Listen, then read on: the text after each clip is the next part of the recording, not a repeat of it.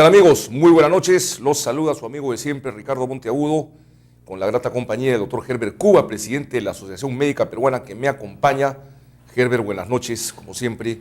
Muy buenas noches. Muy contentos con tus aportes, no solamente en el campo de la salud, en el campo médico, sino en el análisis general de la realidad nacional. Y antes de entrar a temas vinculados con la salud pública, en esta oportunidad quería empezar preguntándote un poquito cómo ves tú el panorama político y este proceso de transferencia. Mire, yo creo que ha habido un gesto importante que hay que resaltar. Es el gesto del saludo protocolar, fuera del protocolo, que ha hecho el presidente Obama a Ollanthumala. Todo estaba programado para una reunión solo con la secretaria de Estado Hillary Clinton. Sin embargo, rompiendo la tradición y el protocolo, porque el presidente de los Estados Unidos solo se reúne con pares, con presidentes, no con candidatos o con electos, ha tenido esa deferencia especial y se ha reunido por 30 minutos con Ollanthumala. Eso significa la importancia que le otorga Estados Unidos a las relaciones que tiene con el Perú. No nos olvidemos que en el gobierno de Alejandro Toledo, el Perú dejó de ser un país no alineado, como se catalogaron desde la doctrina de Basadre hasta el gobierno de Toledo, y el Perú se transformó en aliado de los Estados Unidos. Esto pasó por la aprobación primero de un pacto militar de aliado, y luego de un tratado militar de aliados, y luego ya el Tratado de Libre Comercio con los Estados Unidos. En consecuencia, este reconocimiento que hace Ollanthumala básicamente, primero al tratado militar y segundo al Tratado de Libre Comercio con los Estados Unidos, generó por un lado la preocupación del gobierno de Estados Unidos y por otro lado también la preocupación que tenía el propio Ollanthumala, porque evidentemente él aparentemente en su campaña electoral había planteado la revisión del Tratado de Libre Comercio. Era implícito que se iba a revisar el tema militar con los Estados Unidos, el tema del combate al narcotráfico, etcétera, etcétera. En consecuencia, yo creo que esto tiene una importancia en la orientación estratégica del país. Evidentemente que no hay, como son estas reuniones, no hay conclusiones, porque simplemente se trata de una reunión informal en la cual se han abordado diversos temas, pero definitivamente hay un acercamiento al más alto nivel de las personas, de los presidentes, para poder subsanar algo que pudiese ocurrir aquí. En todo caso, la simple declaración de Hillary Clinton, que dice que el Tratado de Libre Comercio va a ser muy difícil que sea revisado, demuestra claramente que estos dos temas, tanto el tema militar como el del tema económico, han sido tratados ampliamente. De acuerdo. No, bueno, y digamos, y en el lenguaje político, diplomático, esto tiene pues una significación tremenda, ¿no? Después de haber tenido todo un discurso diferente durante la campaña, diferente contra lo que representa Estados Unidos y que hizo a muchos pensar, digamos, su cercanía con Venezuela, con los gobiernos de Cuba, en fin. Esto ya le da definitivamente otro matiz y la deferencia del presidente Obama también de recibirlo fuera de protocolo. Yo creo que aquí le complica un poco la situación interna a Ollanthumala. Va a tener que mejorar sus alianzas estratégicas al interior con las demás fuerzas políticas, porque de alguna manera la orientación estratégica que se veía era el tema de Brasil, fortalecer lo que es los países de América Latina. Sin embargo, el eje militar básico que respeta Ollanthumala y que lo ha declarado también en sus expresiones coloquiales, como que el Perú va a hacer jiu-jitsu con los Estados Unidos, es decir, vamos a usar la fuerza del enemigo para nosotros crecer. Esto fue es una expresión fujimorista, eso dijo Fujimori en los años 90, que él aplicaba esa estrategia, ¿no? Que usaba la fuerza del enemigo para fortalecerse. Él lo ha planteado también ahora. Esto quiere decir concretamente es que el tema militar con los Estados Unidos, la agenda de narcotráfico que se está planteada, la agenda económica se mantiene de alguna manera la alianza hemisférica que se existe entre Chile, Perú, Colombia y México con Estados Unidos, y yo creo que esto va a generar a su vuelta a Perú una serie de entrevistas que va a tener que dar para aclarar, primero a sus propios seguidores, Eso va a ser el primer tema. Vamos a ver qué dice Puno, qué dice Arequipa, qué dice Huancavelica, qué dice Ayacucho frente a ese tema. El segundo, él ha dicho algo bien interesante para un político, que el presidente Obama está preocupado por la inclusión social, que el presidente Obama está preocupado por la lucha contra la pobreza. Bueno, si esto es así, evidentemente que él va a tener que explicar en qué sentido está su preocupación y cómo es que Estados Unidos va a colaborar con la lucha contra la pobreza en el Perú, o cómo lo viene haciendo, si esto se va a fortalecer o esto va a tener nuevos ribetes en el contexto internacional.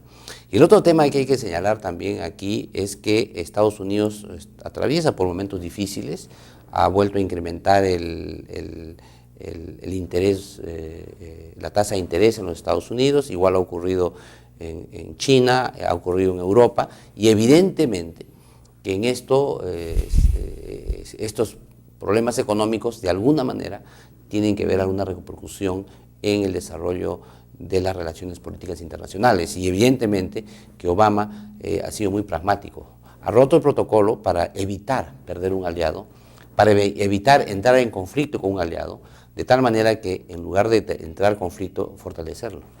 De acuerdo.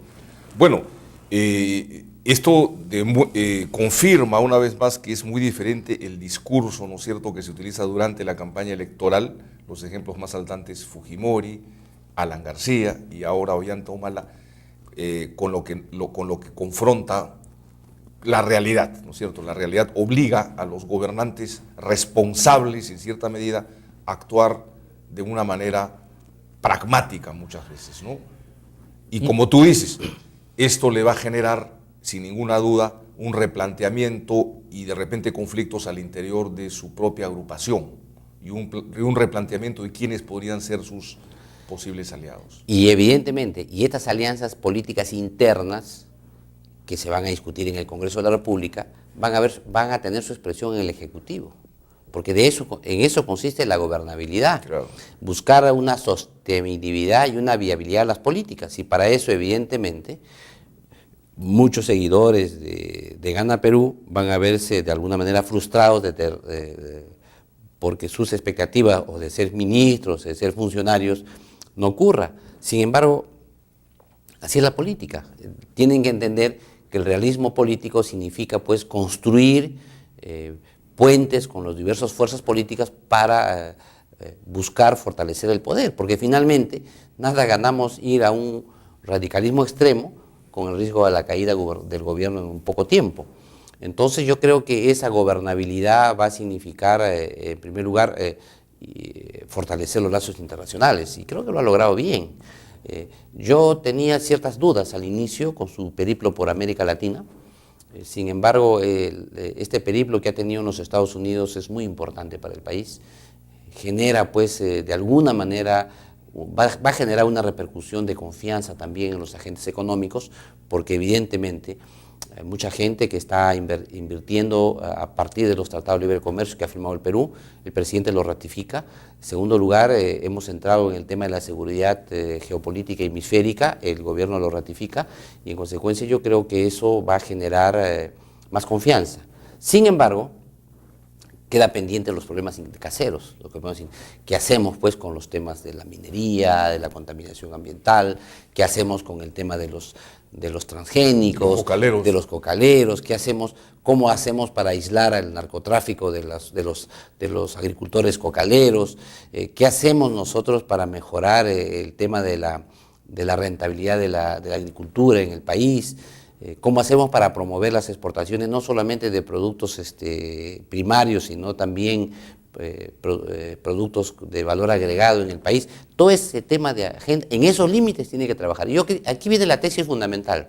¿Qué es un presidente? Un presidente tiene poderes ilimitados, puede hacer lo que quiera, o el presidente en realidad está maniatado por su entorno y el contorno. Yo creo que esto demuestra una vez más lo que ya es conocido en todo el mundo, que los presidentes entran en un contexto social y trabajan en función a las prerrogativas que se dan dentro del contexto social. No es posible que el presidente empiece la historia de cero, salvo que el contexto internacional lo favorezca. Y eso ha sido así cuando teníamos otros bloques. Pero ahora en un mundo unipolar como somos, es bien difícil que un presidente tenga la autonomía para poder manejarse libremente en todo el espectro. Salvo que genere un enorme conflicto, un retroceso, genere caos y finalmente los que pagan los platos rotos es la población en general. Así es. Vamos a unos cortes comerciales y regresamos. Estamos con el presidente de la Asociación Médica Peruana, el doctor Herbert Cuba.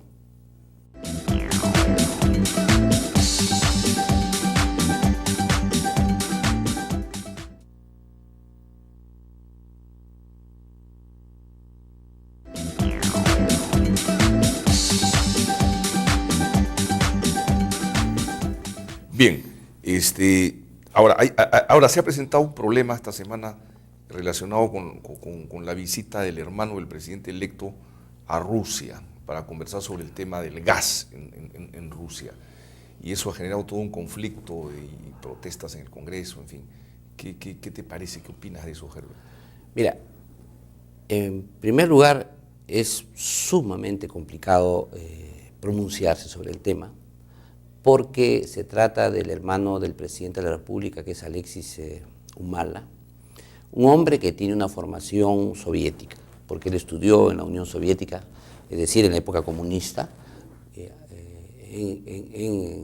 allá en la Unión Soviética, y luego él se casó inclusive con una ciudadana soviética, y él es fundador del Partido Nacionalista, es miembro de un instituto de etnocacerista, o sea, etnológico que tiene el papá. Y eso también ya nos señala a nosotros una orientación en su pensamiento. Movimiento con el cual Ollanta ha marcado distancias, ¿no? Exacto. Ojo. Movimiento con el cual Ollanta ha dicho yo ya no quiero saber nada, porque ese es un movimiento racista. Y con mi hermano tampoco, desde el punto de vista político. Con el hermano Antauro, pero no con Antauro. Sin embargo, Alexis, que es fundador y miembro de ese instituto, está con Humala. El segundo tema es que es un hombre que habla ruso. O sea, él puede comunicarse con las autoridades rusas pues directamente. Él además ha estudiado ingeniería allá, exactamente de petróleo y gases. O sea, él conoce, es de la especialidad.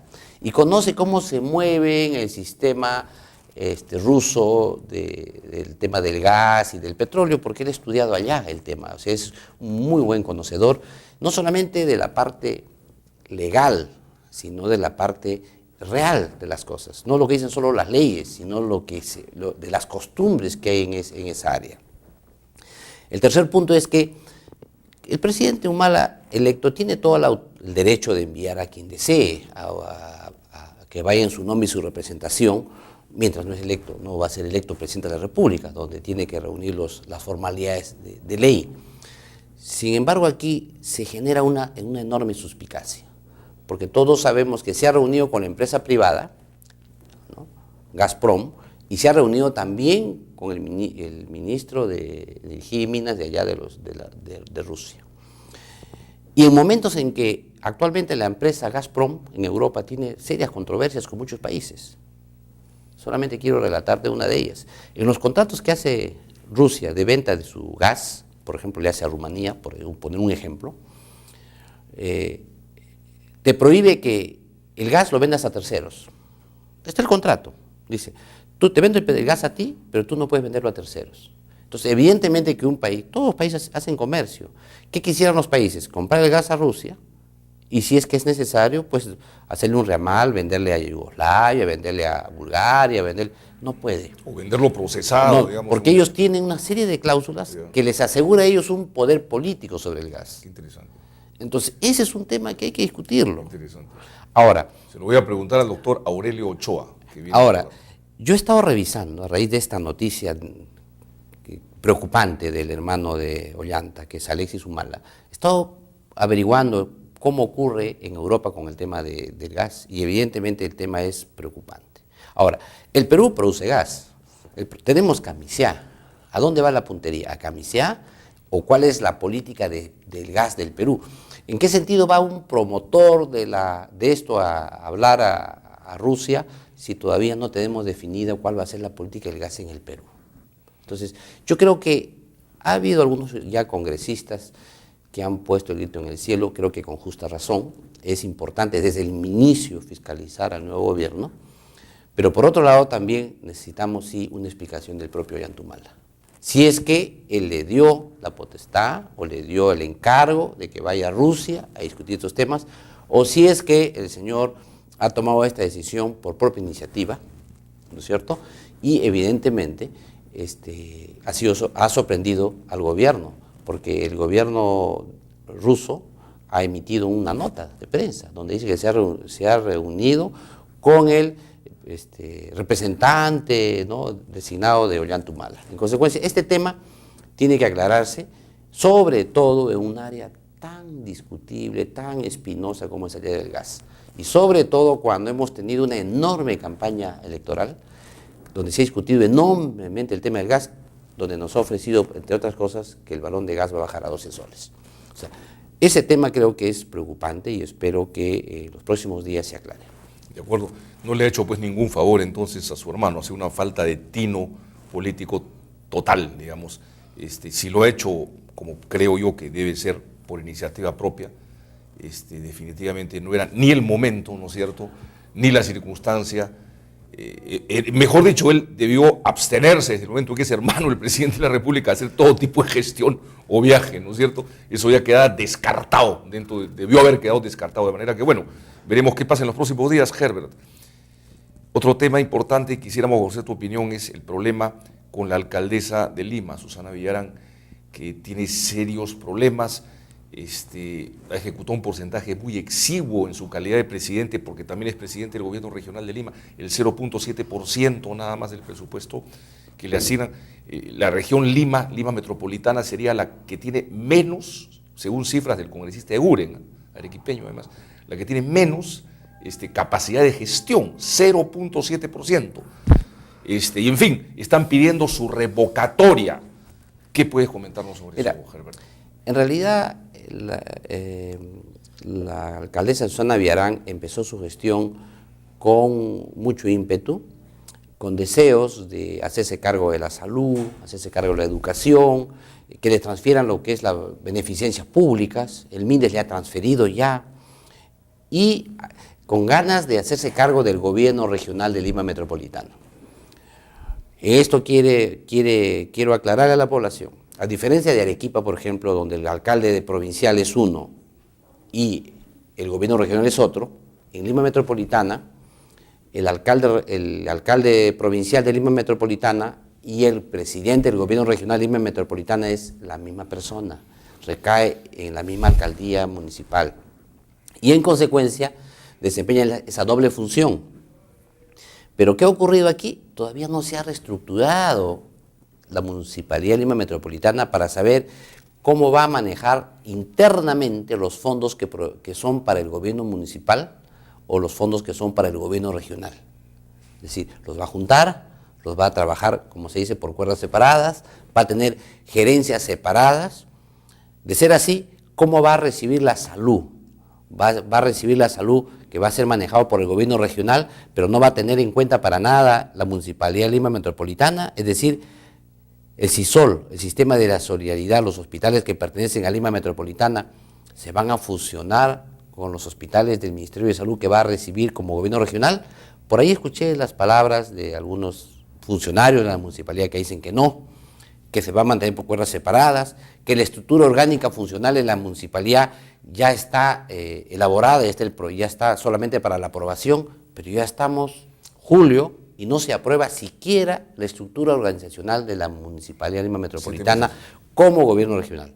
Bueno, si no tienes la estructura organizacional, si no tienes la estructura, no tienes el perfil de puestos, no tienes definidas las gerencias, ¿cómo vas a gastar la plata? O sea, no puede funcionar.